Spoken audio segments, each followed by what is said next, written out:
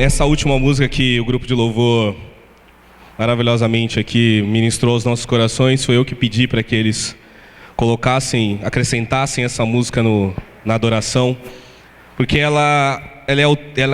essa música faz parte do tema do que nós vamos discutir aqui hoje, do que vamos pregar aqui hoje, e vamos refletir um pouco. E para aqueles que me conhecem, sabe que eu gosto de nos levar por caminhos difíceis na palavra de Deus, amém? Mas são bons, não é? Eu tenho tido muita crise com relação a isso, mas eu já vi que eu não vou sair disso, então vocês vão ter que me aguentar enquanto eu estiver aqui, amém? Feche seus olhos.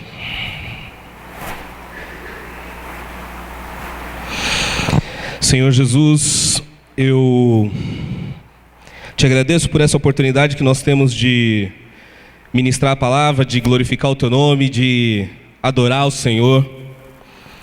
Mas ao mesmo tempo também, Senhor, o teu Espírito acusa a minha mente muitas vezes. O teu Espírito me pega por vários caminhos. Sobretudo quando eu estou falando que eu quero que o Senhor traga um avivamento poderoso. Quando eu quero que o Senhor tome o controle de todas as coisas, quando eu gosto de cantar e dizer que o Senhor tem autoridade sobre a minha vida e sobre tudo que eu faço. E por muitas vezes o teu Espírito Santo ministra ao meu coração e diz: não é bem assim.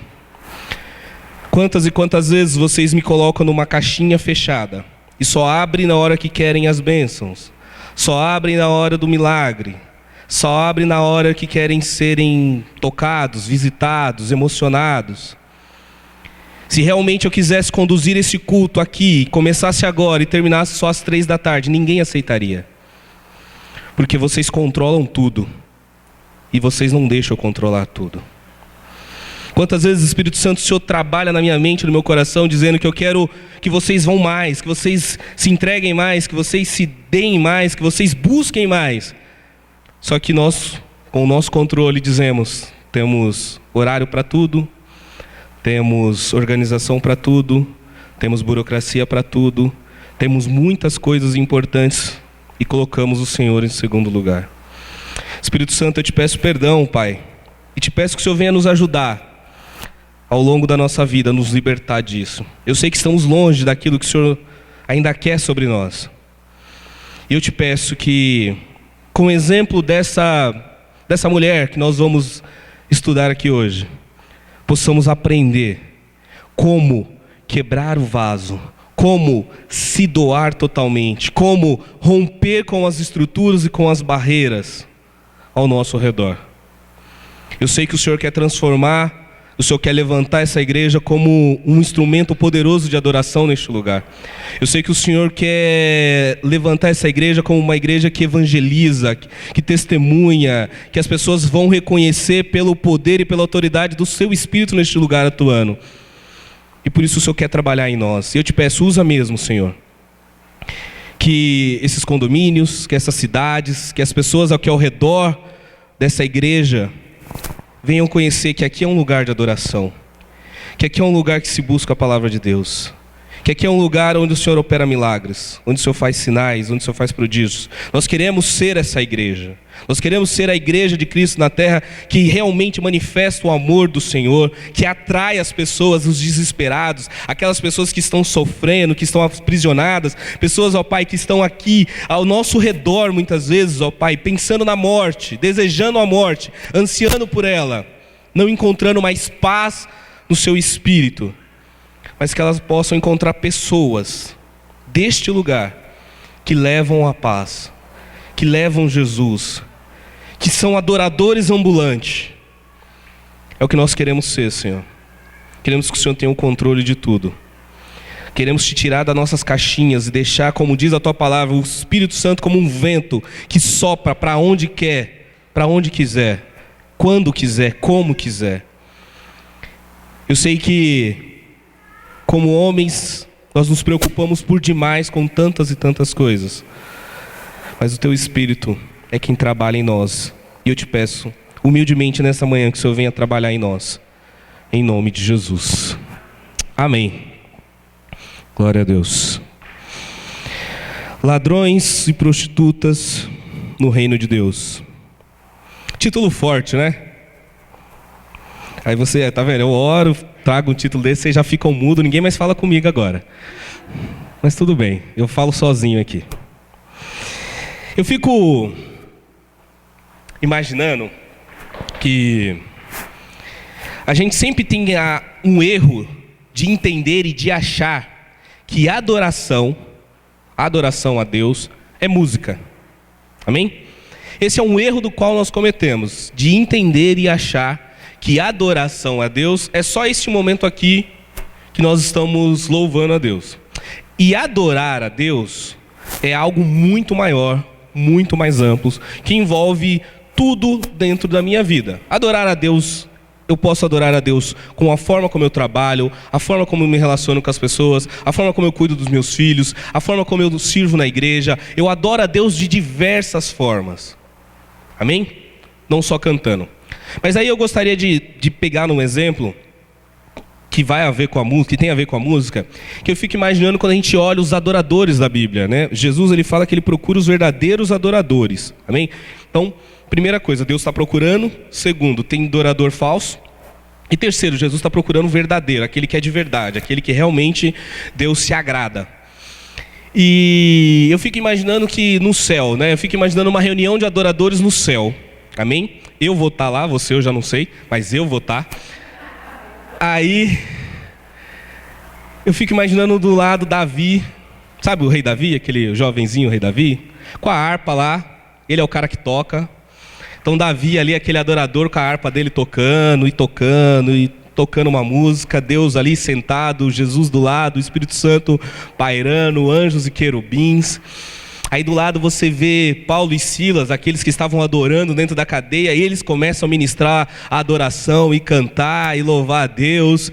Aí do lado vem aqueles mártires, aquelas pessoas que morreram no Coliseu, que morreram no campo missionário, aquelas pessoas que morreram adorando a Deus no momento mais difícil da vida delas, quando estavam de frente com seus algozes, aquelas pessoas ali reunidas e todo mundo ali adorando a Deus, e Jesus para por um momento e fala assim: calma. Ela vai entrar, e quando ela entrar, vai mudar o ambiente. O que eu estou querendo dizer? No livro de Lucas, no capítulo 7, a gente vai ler já na sequência, daqui a pouco, mas conta a história da mulher que quebrou o vaso, que tem a ver com essa música. Amém? Ela quebra um vaso de alabastro, né, dentro tinha um perfume chamado nardo, nós vamos ver isso, e ali ela impregna o ambiente onde ela está com aquela adoração. Mas a coisa que é mais interessante nesse processo todo, que esse acontecimento é o único acontecimento que aparece nos 4 evangelhos. Nenhum outro, nada que Jesus tenha feito ou tenha vivenciado aparece repetidamente nos 4 evangelhos. Jesus multiplicou o pão, aparece em 3, Jesus cura fulano, aparece em 2 evangelhos. Mas essa mulher, o que essa mulher fez foi algo tão grande, tão extraordinário, mas que passa tão desapercebido aos nossos olhos, que Jesus, quando viu aquilo, ele falou assim: aonde o evangelho do reino for pregado, tem que falar o que essa mulher fez. Anuncie o que essa mulher fez. Jesus não falou assim: olha, aonde o evangelho do reino for pregado, fala que eu multipliquei o pão. Aonde o evangelho do reino for pregado, fala que eu ressuscitei a filha de Jairo. Aonde o evangelho for pregado, fala que eu curei o centurião romano. Não, Jesus fala: aonde o evangelho for pregado, além de falar da cruz e da salvação, falem o que essa mulher fez. Isso me dá a entender, porque se os 4 evangelhos falam dela, e o próprio Jesus diz, falam do que essa mulher fez, eu entendo que isso tenha sido algo extremamente importante para Jesus. E se é importante para Jesus, tem que ser importante para mim, tem que ser importante para você. Amém? Você deve estar se perguntando, o que tem esse troço aí, né? E aí o Edinho, ele não consegue pregar sem inventar, sem fugir da tradicional que a gente aprende em teologia, né, da homilia, né, de toda a organização que tem que ser um pregador, ficar centrado no púlpito e pregando o evangelho. Vocês sabem o que é isso? Sim? Tem um perfume aqui dentro, uma essência, e ela serve para quê? Para perfumar, né? Então, como eu falei, pregadores e levitas são inimigos naturais, a gente vai vai encher aqui de perfume, tá bom?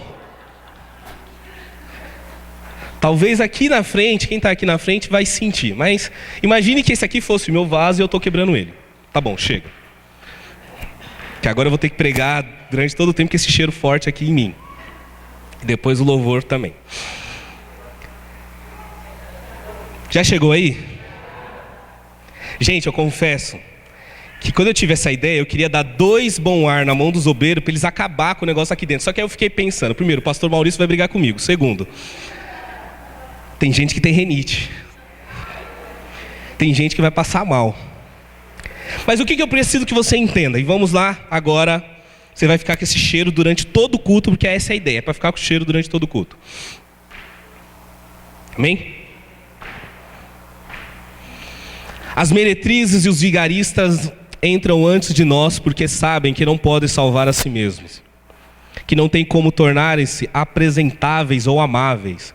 Eles arriscam tudo em Jesus, sabendo que estavam muito aquém dos requisitos. Não foram orgulhosos demais para aceitar a esmola da graça admirável.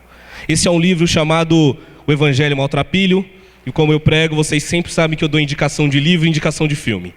Então, quem puder, procure esse livro e leia, ele é maravilhoso. Só que aquilo ali é um padre, um ex-padre, falando sobre isso. Olha, as meretrizes, os bandidos, as prostitutas, as piores pessoas da sociedade, elas estão entrando primeiro que a gente no reino dos céus. Sabe por quê? Porque elas não têm nada para oferecer para Jesus. Elas não têm o que trocar com Jesus. Elas não conseguem falar: olha, Jesus, eu sou uma pessoa boa, eu me comporto bem, eu sou um homem de bem, eu pago os meus impostos, eu não roubo, eu não mato, eu não traio, eu sou uma pessoa perfeita, Jesus, está vendo? Por isso que o Senhor tem que me aceitar. A prostituta, o bandido, eles não chegam para Jesus com nada. Eles chegam e falam assim: ó, eu não tenho nada, eu não presto, eu não sirvo para nada. Jesus falou: opa, entra primeiro, você precisa mais. Aquele ali tem muita coisa para trocar, ele se acha demais, ele vai ter que esperar um pouquinho mais. O Breno fala isso, né? Mas aí eu fiquei, não, se eu falar só isso, alguém vai ficar com raiva de mim e falar: Edinho, não concordo. Aí eu falo, vamos ver o que Jesus fala.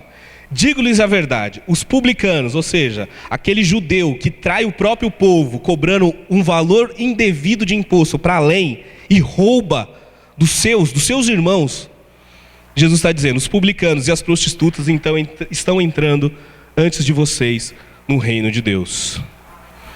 Amém? O correto no dia de hoje, na nossa igreja brasileira, no mundo, seria dizer: os pastores entram primeiro, eu entro segundo, que eu sou presbítero, vocês entram depois de mim ainda. Amém? Não é assim o correto? Não é a lógica humana?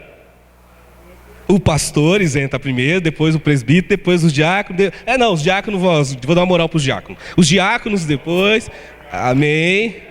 Aí depois, vamos ver, o louvor vou deixar o louvor entrar. E a gente vai colocando os ministérios, aí no final entra você. Tá bom? E a prostituta e o bandido, aí a gente pensa se um dia a gente vai deixar eles entrar. Essa seria a nossa organização e a lógica que a gente usaria. Jesus vem e fala, então, comigo as prostitutas e os bandidos e os publicanos e os ladrões estão entrando primeiro, tá? Só para vocês ficarem cientes. Convidado por um dos fariseus para jantar, Jesus foi à casa dele e reclinou-se à mesa. A minha última lição de casa para vocês foi o quê?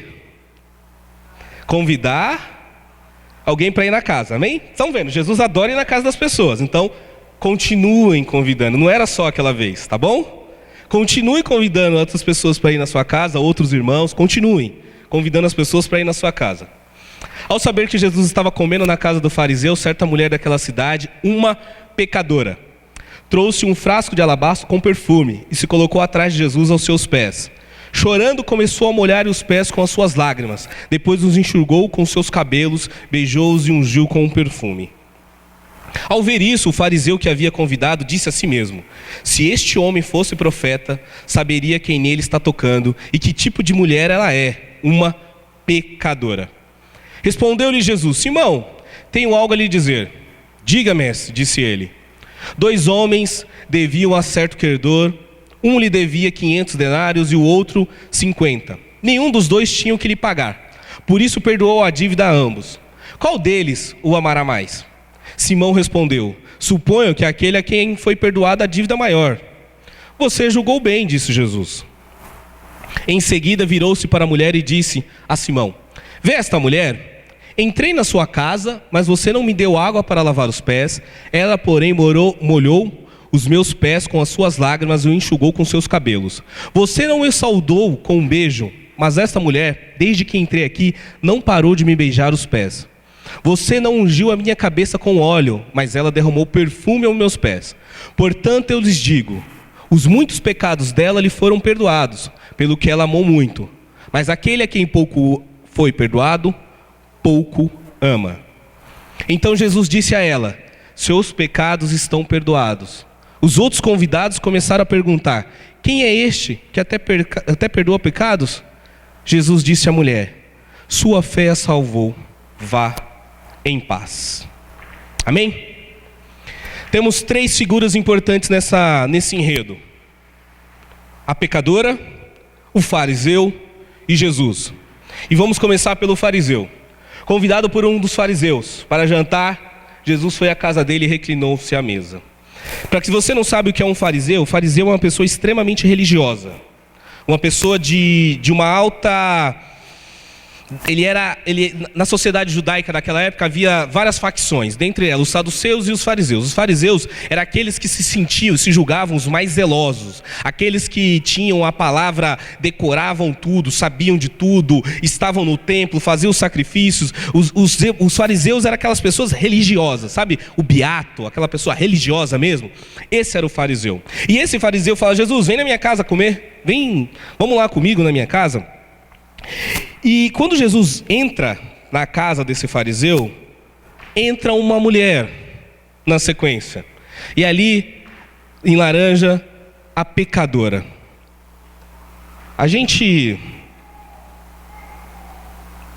Essa é a imagem. Jesus, ali, de branco, com um manto vermelho. Uma mulher aos seus pés, atrás de Jesus, chorando, derramando lágrimas aos pés de Jesus, enquanto existe o sacerdote, que é aquele ali que está com um lenço preto na cabeça, indignado com Jesus, com alguma coisa. Ali do lado é um vaso de alabastro. Daqui a pouco eu explico melhor o que é isso. Mas essa foi a cena. Ao saber que Jesus estava comendo na casa do fariseu, certa mulher daquela cidade, uma pecadora, trouxe um frasco de alabastro de perfume e quebrou aos pés de Jesus. Esse fariseu, ele tem alguns atos, algumas atitudes que é meio complexa nessa história toda que a gente lê.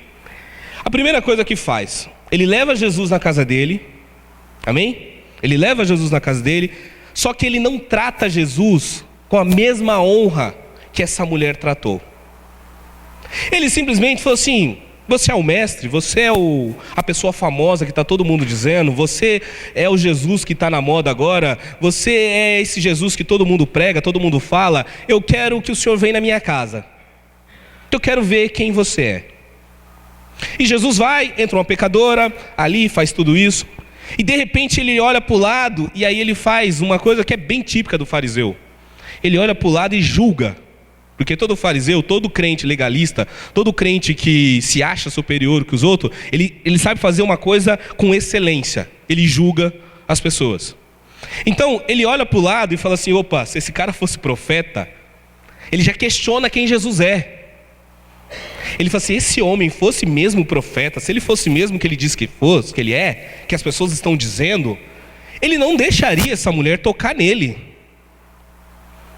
Ou seja, ele já questiona a autoridade de Jesus. Quantas e quantas vezes eu e você convidamos Jesus para a nossa casa, para a nossa vida, e questionamos a autoridade de Jesus? Será que Jesus realmente faz? Será que Jesus realmente quer? Será que Jesus realmente está me chamando? Será que Jesus realmente está pedindo isso de mim? Será que Jesus realmente me escolheu? Será que Jesus realmente está mandando eu fazer isso? Será que realmente eu tenho que parar com esse pecado para agradar Jesus? Não, Jesus não precisa.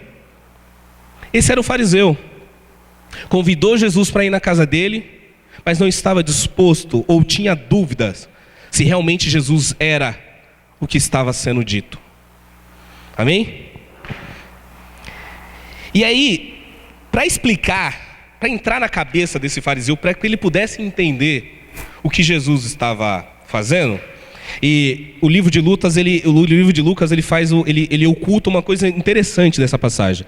No livro de Mateus, e Marcos e João, eles deixam bem claro que esse vaso de alabastro que ela derramou custava 300 denários. Amém? Um denário é um dia de trabalho. Ou seja, aquele vaso custava 300 dias de trabalho. Praticamente um ano de trabalho se você tirar os sábados que o judeu não podia trabalhar. Certo? Ou seja, um ano de trabalho foi quebrado. Aí Jesus vira para aquele fariseu, porque outra coisa que o fariseu tem, que o religioso tem, que está muito associado ao julgar, é a ganância. Amém? Quanto mais religioso, menos o coração doador a pessoa tem. Pode reparar. Conversa com uma pessoa que é extremamente religiosa. Fala de dízimo para ela. Ela vai arrumar uma desculpa. Fala de dar uma oferta. Fala de investir em algum lugar no reino de Deus. Fala de doar algo para o reino de Deus. Não dá. Nunca dá. Nunca pode. Ele julga e ele é ganancioso. E olha que interessante, para explicar para ele, para fazer ele entender, para desenhar para ele, Jesus fala assim: ô fariseu, eu vou te explicar uma coisa. Havia 2 homens, e os 2 deviam uma quantia. E aí ele usa a mesma medida, denário. Um devia 50 denários e o outro devia 500. Quando a gente lê isso correndo, a gente fica com as nossas características monetárias na cabeça. 50 reais, 500 reais. Você olha assim, de boa. Só que não. 50 denários, quase 2 meses de trabalho. Você vai trabalhar para mim 2 meses. 500 denários, quase 2 anos de trabalho. E em 2 anos muita coisa acontece. Meus filhos estão com 2 anos e 10 meses. Já parece uma eternidade. Tanto de coisas que nós já vivemos com eles. Amém? Em 2 anos, se fizer dieta e treinar, eu emagreço muito. Uma evolução de um atleta em 2 anos, ele consegue sair de um estágio muito. Em 2 anos, tem gente que casa, separa e casa de novo. Em 2 anos. Em 2 anos, você monta uma empresa e fale ela. Não é? 2 anos é muita coisa. Jesus olha para aquele ganancioso e fala assim: você só entende por dinheiro, você só sabe coisas palpáveis que estão... Eu quero mostrar para você, é 2 anos de trabalho ou 2 meses de trabalho? Ele olhou, opa, peraí, quem é que recebeu mais amor aqui? Foi o cara que ficou 2 anos perdoado? É óbvio, não tem nem comparação, não tem nem discussão com isso. Aí Jesus falou: então, a prostituta é essa pessoa que está devendo 2 anos para mim. Você só deve 50 porque você acha que não deve. E é por isso que ela amou mais. Esse é o fariseu. Ele não consegue enxergar o que está diante dos seus olhos. A situação que está se desenrolando na frente dos seus olhos. E aí Jesus precisa trabalhar com ele nessas etapas. O fariseu, além de ser religioso, legalista, julgador, ganancioso, ele gosta de viver de aparência. Amém? Então eu acredito muito que quando ele leva Jesus na casa dele, é um sinal para mostrar para a sociedade: olha, o mestre está na minha casa. O mestre veio comer na minha casa. Está comigo. E ali eu acho que a imagem dele, a reputação dele foi colocada à prova. Quando uma pecadora toca nele, ele deve ter pensado: o que eu fiz trazendo esse cara na minha casa? Ele não é mestre. Se ele fosse, ele saberia que ela é uma prostituta. Viver de aparência. Mostrar aquilo que não é. Isso é muito forte nos religiosos.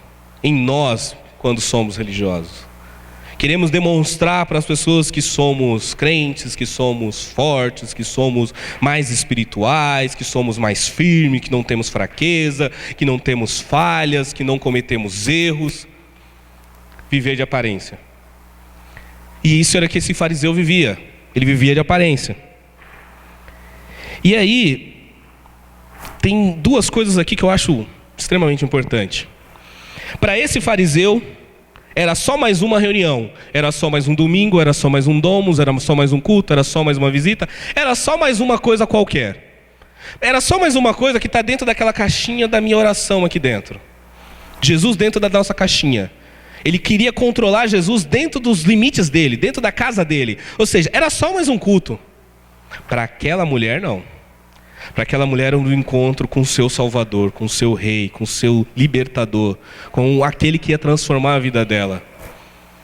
Quem faz o culto, quem faz o ambiente, quem vai fazer a diferença é o teu coração entregue para Deus, não adianta.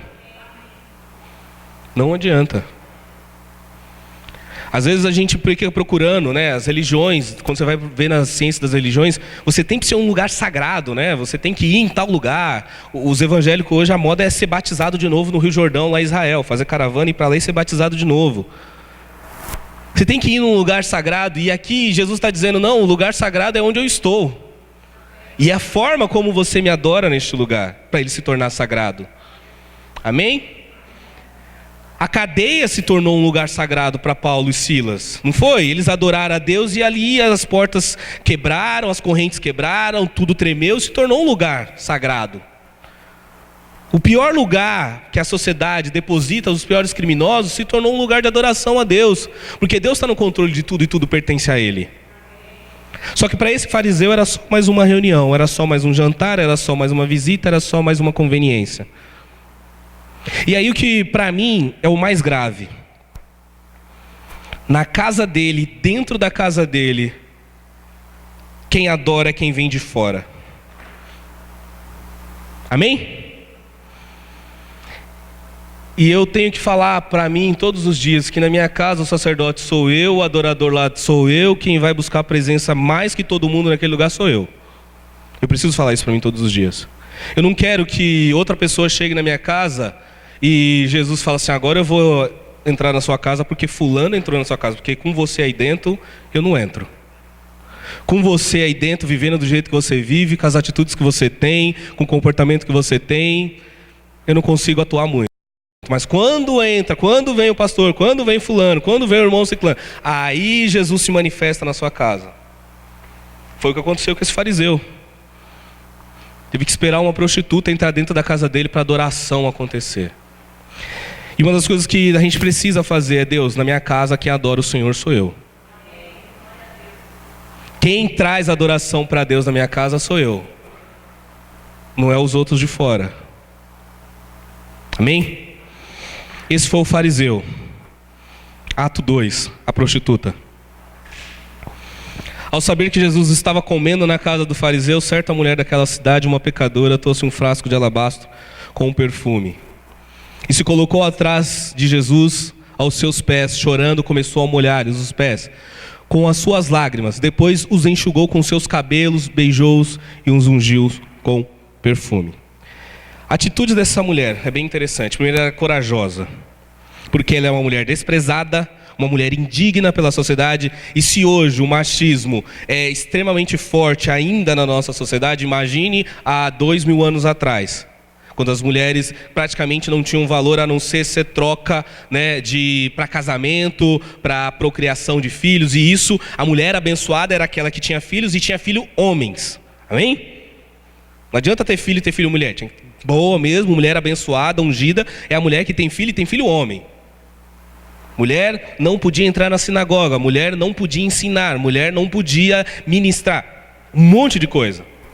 E essa mulher entra numa reunião onde só tem autoridade, só tem gente de patente alta, só tem fariseu, só tem religioso. Ela entra com toda a coragem, rompe tudo que tem ali e fala, eu vou tocar neste homem. Ela jamais poderia ter tocado em qualquer um daqueles homens daquela sala. Mas ela toca em Jesus. Ela rompe com a conveniência. Ela sai do medo, ela rompe com o medo que ela poderia ter da própria vida, porque ela poderia morrer. Ela poderia ser arrastada para a rua e ser apedrejada por ter tocado em Jesus, porque ela era uma prostituta. Mas ela tem coragem. E para adorar a Deus tem que ter coragem. Para se aproximar de Jesus, para viver com Jesus, precisa ser corajoso, precisa ser corajosa. Precisamos. Para viver uma vida rompante em adoração, precisamos ter coragem. Amém? Além disso, para ela, enquanto para o fariseu era só mais uma reunião, para ela era o encontro da vida dela. A diferença, para um é só mais uma reunião, para outro é o dia que a minha vida vai mudar, é o dia que a minha história muda, é o dia que tudo na minha vida muda. Essa era essa mulher, essa era a pecadora. mesmo sem andar com Jesus, mesmo sem conhecer Jesus, mesmo sem circular os mesmos ambientes que Jesus, ela conseguia amar Jesus. Talvez, assim como eu e você, a gente se sinta tão pecador, tão falho, tão fraco, que fala: Jesus não me ama, Deus não me aceita, Deus não me quer, eu não sou digno de me aproximar de Jesus, de estar próximo a Ele, eu sou um pecador, eu só faço coisa errada, eu não sirvo para nada, eu não consigo nem sequer experimentar o que essas pessoas da igreja fazem, eu não consigo viver como eles vivem, eu não consigo agir como eles agem, eu não consigo ser como eles são. Essa mulher não conseguia seguir os padrões, ela não andava, ela não era uma discípula, ela não era uma seguidora, mas ela amava Jesus, ao ponto de ter coragem de romper tudo e ir até Ele. Onde está o meu amor por Jesus? Onde está o nosso amor por Jesus hoje? Onde nós estamos colocando esse amor? Será que nós estamos substituindo, enchendo o nosso coração com outras paixões? Com outras coisas? Amém? Uma vez eu estava num congresso e eu vi um ministro de adoração falar: você fala que é a noiva de Cristo, mas você trai Cristo com outras coisas. Pensa mesmo num relacionamento de amoroso entre um homem e uma mulher, um casal. Pensa, imagine você estar noivo de alguém, saber que a sua noiva ou que o seu noivo está por aí atrás de qualquer coisa menos de você. E a gente somos a noiva de Cristo.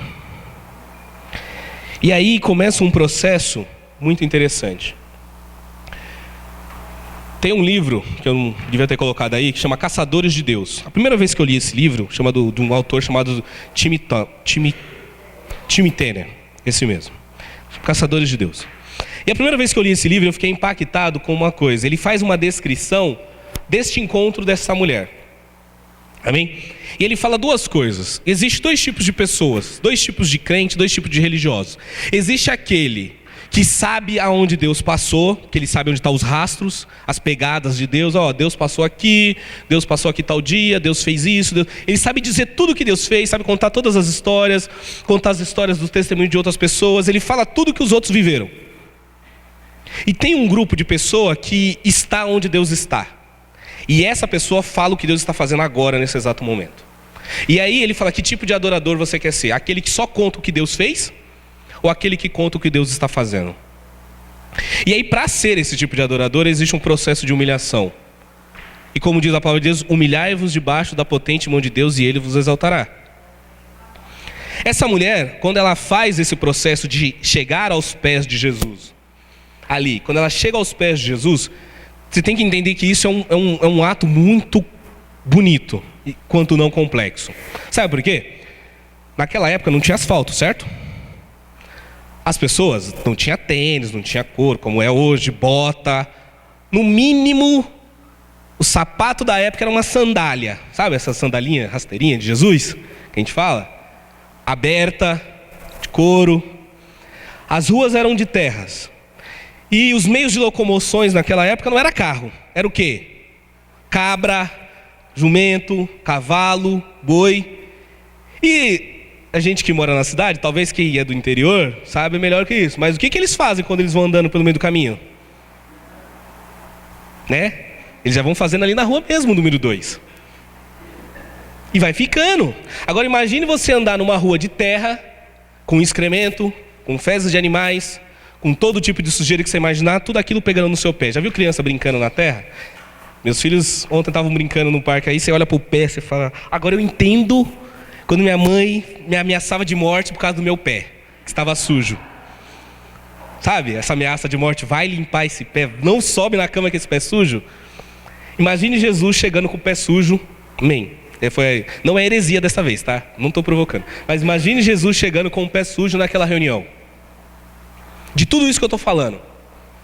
Era uma tradição daquela época, quando um visitante chegava à sua casa, o empregado, o pior empregado, o empregado mais vil, assim, aquele empregado que não tem valor nenhum, o último da escala de empregados, ele tinha que vir com uma bacia de água, com uma toalha e lavar os pés do visitante para ele entrar dentro da casa.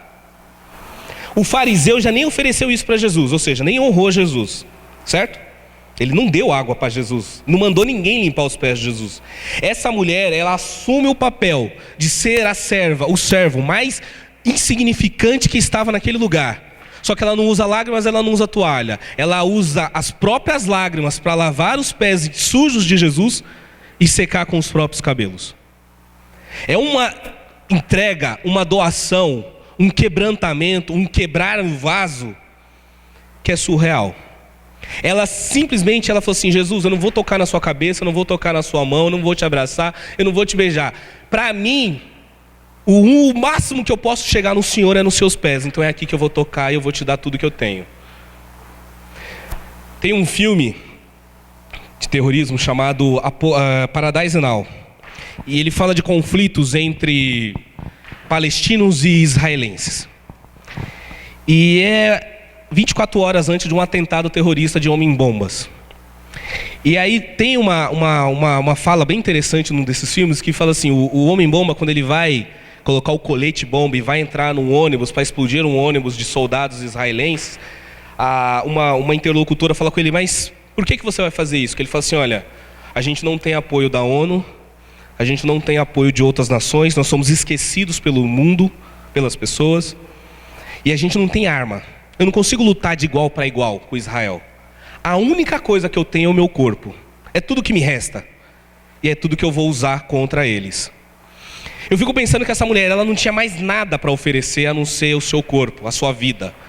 Ela está simplesmente dizendo: Jesus, eu sou tua, totalmente sua, ao ponto de minhas lágrimas servirem para limpar os seus pés sujos.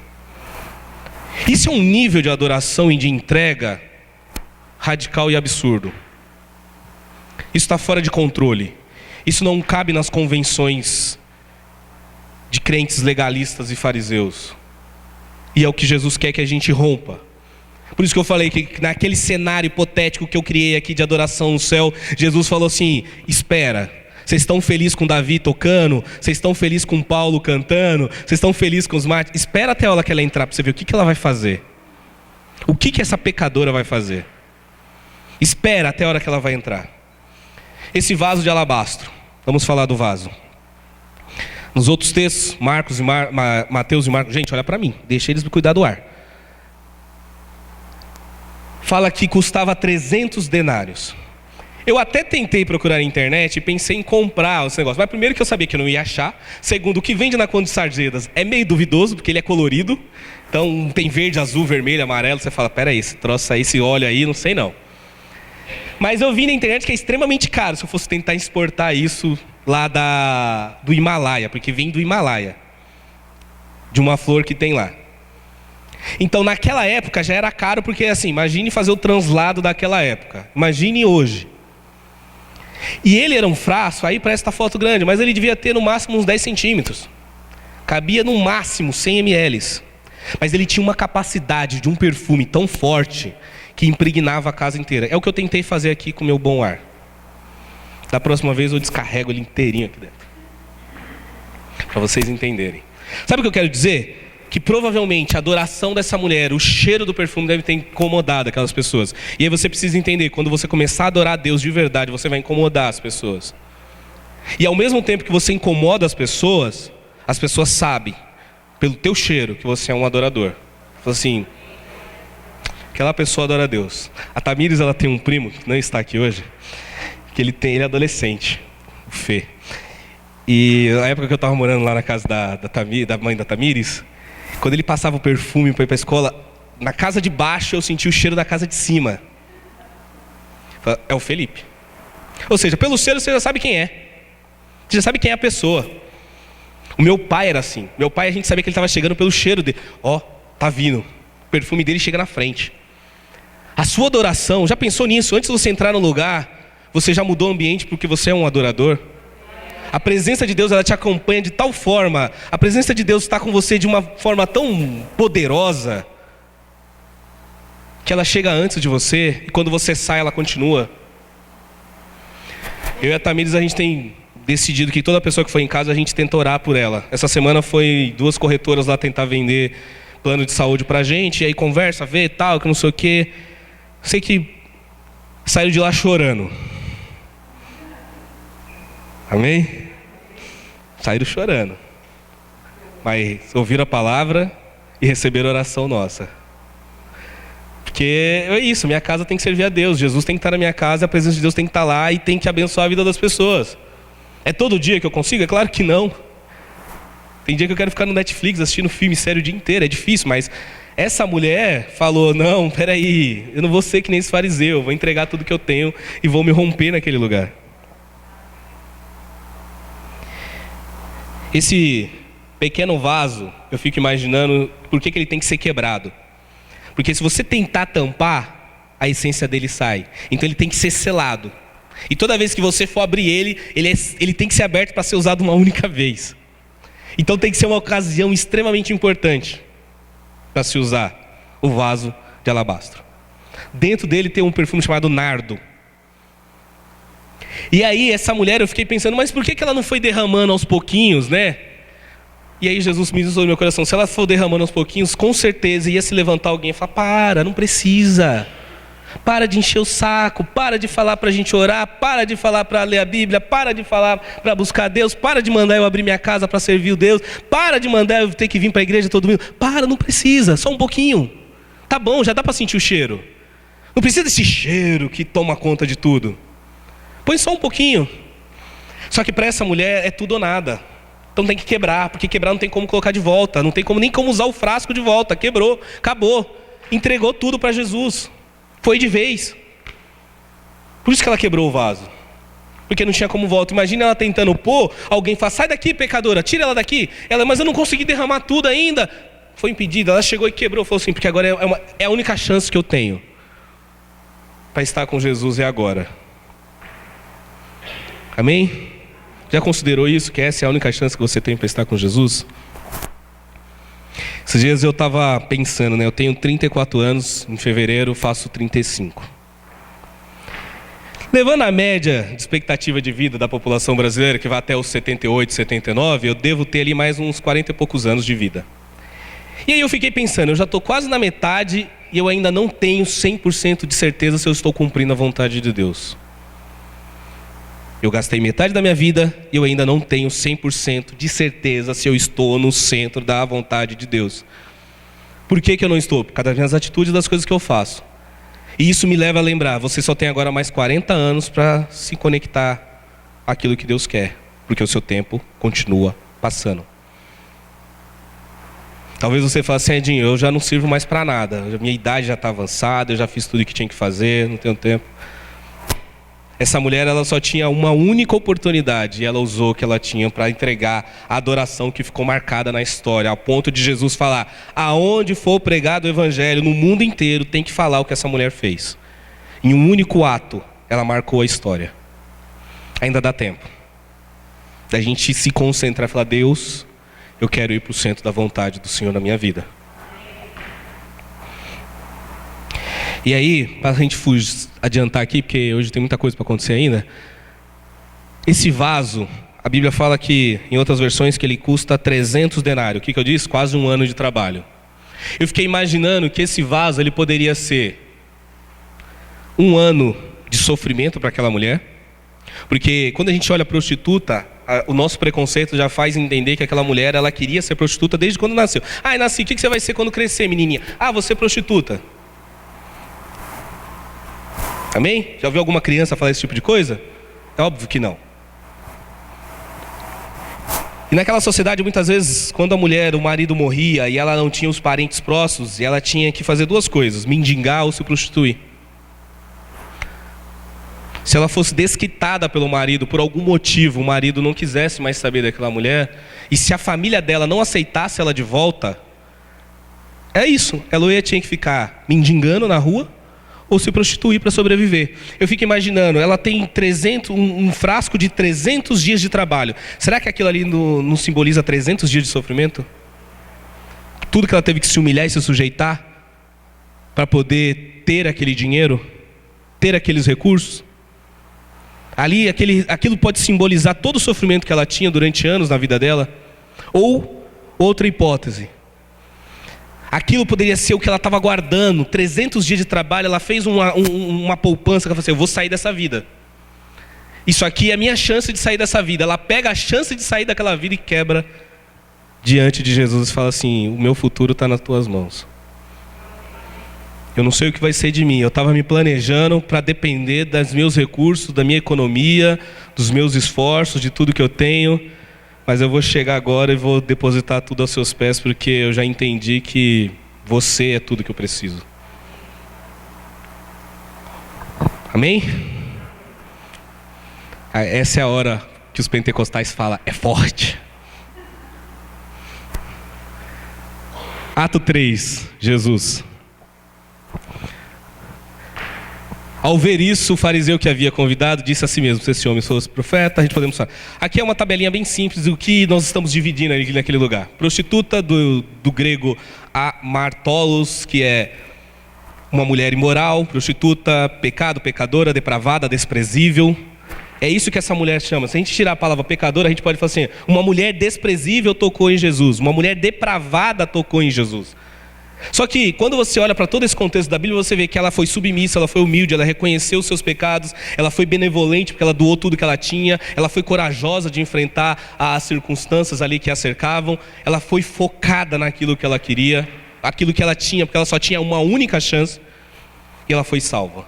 O fariseu não, ele foi insubordinado, ele foi egocêntrico, ele foi autocrítico, ele foi arrogante, ele foi avarento, ele foi estereotipado com as pessoas, ele ficou estereotipando ali quem é o quê. Ele foi incrédulo, ele foi dogmático, ele não acreditou que Jesus realmente era quem todos diziam que Jesus era. Esse era o fariseu, são as duas personagens. Aí entra Jesus, respondeu Jesus: tenho algo a lhe dizer. Disse, mestre: 2 homens haviam certo credor, um lhe devia 500 denários e o outro 50. Nenhum dos dois tinha com que lhe pagar, por isso perdoou a dívida a ambos. Qual deles amará mais? E aí é muito legal que Jesus ele não faz distinção de pessoas. Jesus entra na casa de todo mundo, amém? Você pode falar assim: mas eu sou um pecador na minha casa. Será que Jesus tem solução na minha família, na minha vida? Jesus não faz distinção. Jesus entrou na cara desse fariseu. Amém? Você acha que Jesus não vai entrar na minha, na sua casa? Olha, Jesus entrou na casa desse cara que é um cretino e Jesus foi lá na casa dele. E Jesus não vai entrar na minha, não vai entrar na sua? E aí uma coisa que dá um pouco de medo se você parar para pensar agora em Jesus. Amém? Porque Jesus observa as coisas. A Bíblia fala que Jesus ele está no templo e ele está observando a viúva dando uma moedinha. Enquanto as pessoas dão o que sobra. A viúva dá tudo que ela tem. Aqui Jesus ele faz um checklist para o fariseu. Fala: eu entrei na tua casa, você não trouxe água para os meus pés, você não me beijou, você não me ungiu. Você está fazendo um monte de coisa que você deveria fazer. Eu fico imaginando Jesus entrando na minha casa agora, Edinho, hora do checklist. Você não está fazendo isso, você não está orando como deveria, você não está lendo a palavra como deveria, você não está me buscando como deveria, você não está agindo com a sua esposa como deveria, você não está cuidando dos seus filhos como deveria, você não está cuidando do dinheiro que eu coloquei na sua mão como você deveria. Jesus observa as coisas. Amém? Jesus entra na minha casa, na tua casa, para observar o que nós estamos fazendo. Fala, glória a Deus, irmão.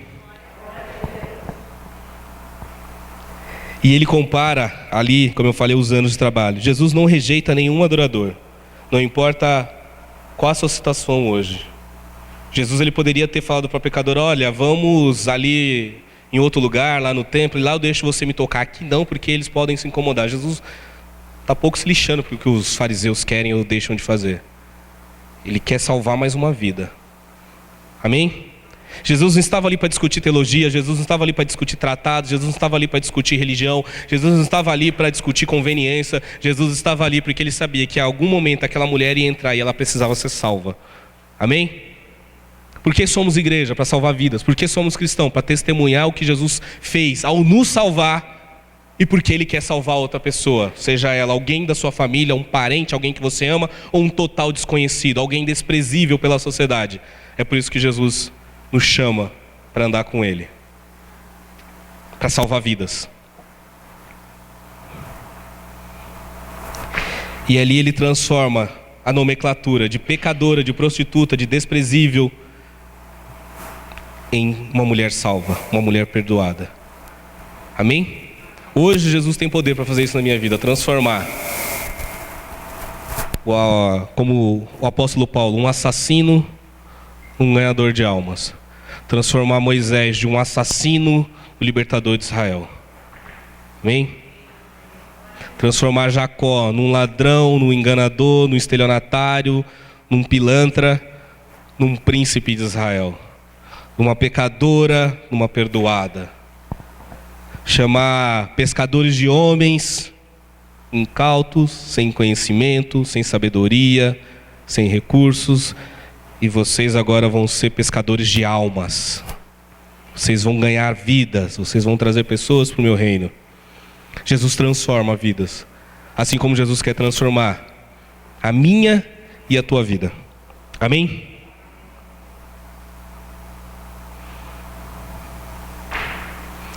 Simão respondeu: suponho que aquele a quem foi perdoado maior a dívida. Você julgou bem, disse Jesus. E aqui eu quero encerrar essa parte da pregação, indicar um filme, que eu tenho falado bastante dele ultimamente, que me impactou bem esse filme, que é Paulo, o Apóstolo de Cristo. Assistam, procurem.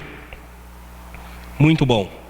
E tem uma frase, um diálogo no final que eu gostei muito, que é quando Lucas, ele teve que ver os seus irmãos, os cristãos, entrando no Coliseu para serem mortos pelos leões, pelo fogo, ser crucificado, toda aquela destruição que acontecia naquela época. Você vai estudar qualquer coisa sobre os mártires cristãos, você vai ver como era terrível a vida daqueles que criam em Jesus.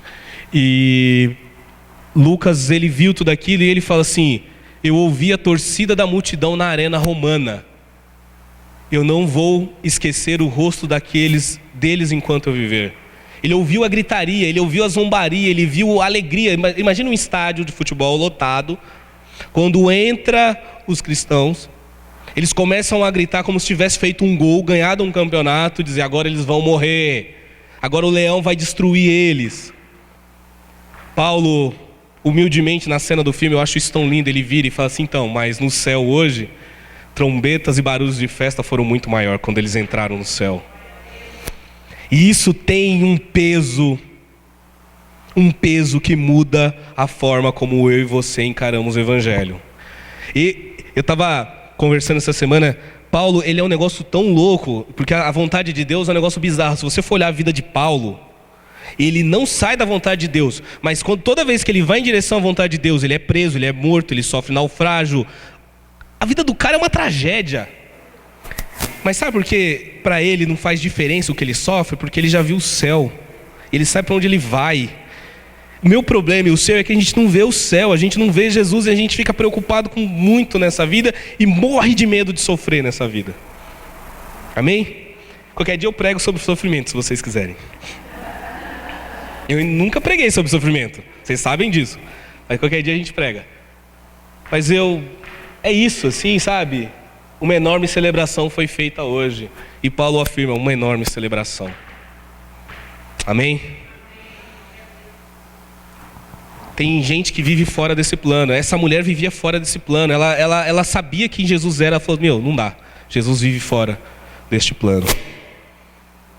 Essa é uma cena, um desenho, enquanto ele se reunia com as suas famílias para serem atacados ou serem crucificados e colocarem fogo neles, para todo mundo gritar e celebrar.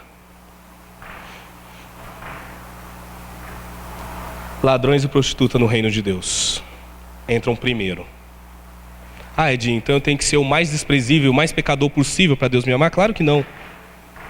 Não é isso que nós estamos falando. Mas eu não posso ser um fariseu. Eu tenho que ter atitudes dessa mulher, adorar a Deus como essa mulher, buscar a Deus como essa mulher, mas eu não posso agir como um fariseu. Essa tem que ser minha luta diariamente.